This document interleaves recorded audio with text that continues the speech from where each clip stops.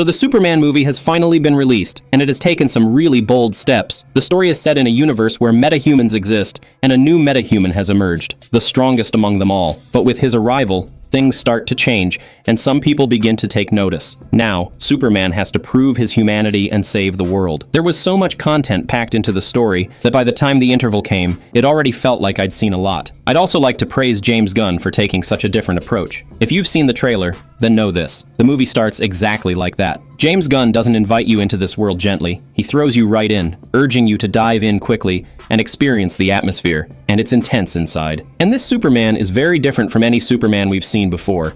He's new, he's simple, he's emotional, and in my opinion, I've never seen a more human Superman. I really appreciated this fresh take. One of the unique things about the story is that while it highlights Superman's Kryptonian origin, it also, through a small but very important scene, shows Clark's upbringing and the crucial role his human parents played in shaping him into Superman. But that doesn't mean the tone is too light.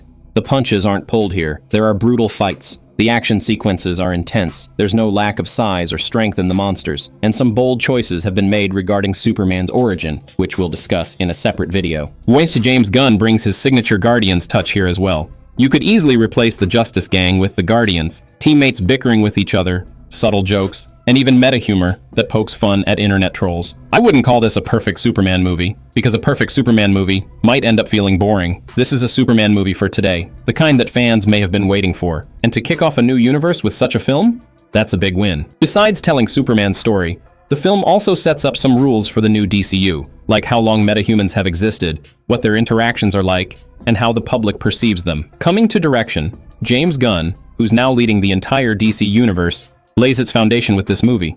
The sudden start, the packed content, and his ability to maintain great pacing, keeping us laughing and engaged until the very end, is a tried and true recipe of his for delivering a solid superhero movie. But I felt that James Gunn was a bit too casual with the ending. He had several ways to wrap up this great Superman film. He could have gone dark or emotional, but instead, he chose a simple ending, which left me a bit puzzled. Because if he took bold steps to tell Superman's story, then why not go bold with the ending too? The ending could have been more creative, but maybe, to kickstart a universe, a safe ending was the right call. Talking about action, this movie is packed with it. There's action right at the start, and every character gets their own action moment. And Superman?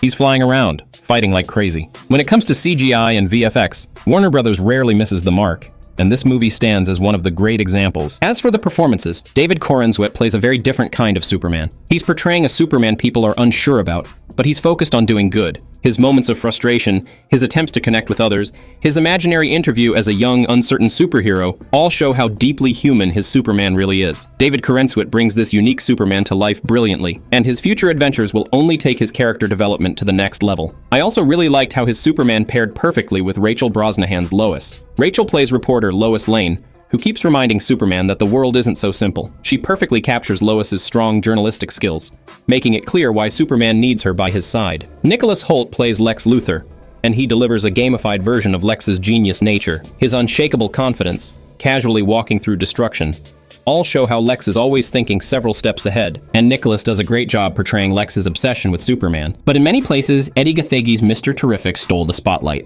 Eddie gave his Mr. Terrific a strong standout personality, making it clear that Lex isn't the only genius around. That said, with so many characters, it wasn't easy to give everyone enough screen time. A good example is Nathan Fillion's Guy Gardner and Isabella Merced's Hawkgirl. Both their roles felt too short. Also, Maria Gabriela de Faria's Engineer had fantastic action scenes, but not enough room for character development. And I still can't believe James Gunn used Frank Grillo just for a setup. That feels like a big oversight. Dropping in random characters just to set up a future TV series doesn't sit right. Martha and Jonathan Kent were perfect, and Crypto the Superdog? Definitely not just a good boy. Overall, I'd say this was a very different take on Superman's story, and it worked really well. We need superhero movies like this because we can't keep watching the same templated superhero stories over and over again. Yes, there are some imperfections, but they work just fine. This is a strong setup for a brand new DCU, and I'm genuinely excited for it. I absolutely recommend watching this movie in theaters, and definitely in 3D. There's a small mid-credit scene and a post-credit scene. You can skip both.